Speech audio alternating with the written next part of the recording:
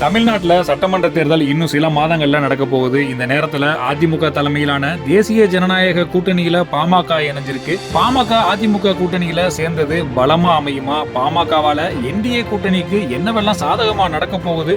இந்த வீடியோவை பார்ப்போம்.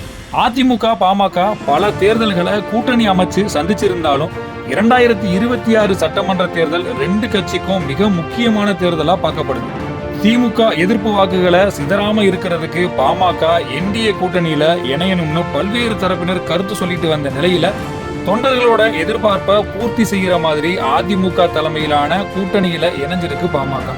இது என்டிஏ கூட்டணிக்கு கூடுதல் பலம் மட்டும் இல்லாம 2026 தேர்தல்ல வெற்றியை பெறதுக்கு வலுவான அடித்தளமா அமைஞ்சிருக்குன்னு தான் சொல்லணும்.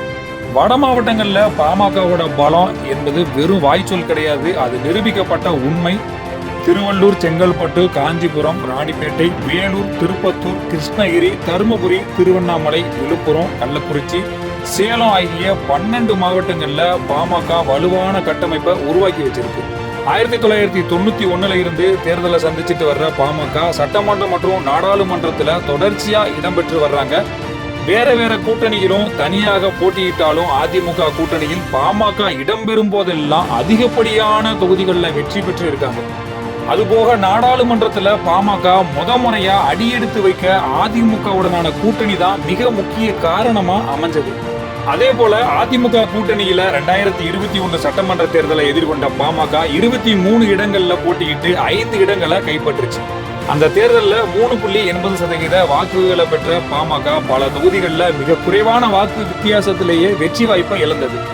இதன் அடிப்படையில் பார்க்கும்போது தென் மாவட்டங்கள்ல அதிமுகவுக்கு இருக்கிற ஆதரவும் வட மாவட்டங்கள்ல பாமகவுக்கு உள்ள ஆதரவும் 2026 தேர்தலில் என்டிஏ கூட்டணியின் வெற்றிக்கு பக்கபலமா இருக்க போகுது.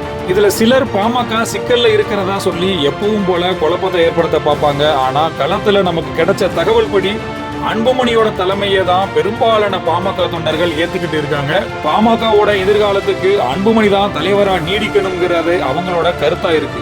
சொன்ன வாக்குறுதியை நிறைவேற்றலன்னு திமுகவுக்கு எதிராக பல தரப்பு மக்கள் போராடிட்டு வர்றாங்க. திமுக மீதான அதிருப்தி அதிகரிச்சுக்கிட்டு வர்ற இந்த சமயத்துல பாதிக்கப்பட்ட மக்களுக்காக குரல் கொடுத்து வர்ற அதிமுகவும் திமுகவை தீவிரமா எதிர்த்துக்கிட்டு வர்ற அன்புமணியும் ஒன்னா கூட்டணி அமைச்சு இருக்கிறது தேசிய ஜனநாயக கூட்டணியோட வெற்றி வாய்ப்பை இன்னும் அதிகரிச்சு இருக்குன்னு தான் சொல்லணும்.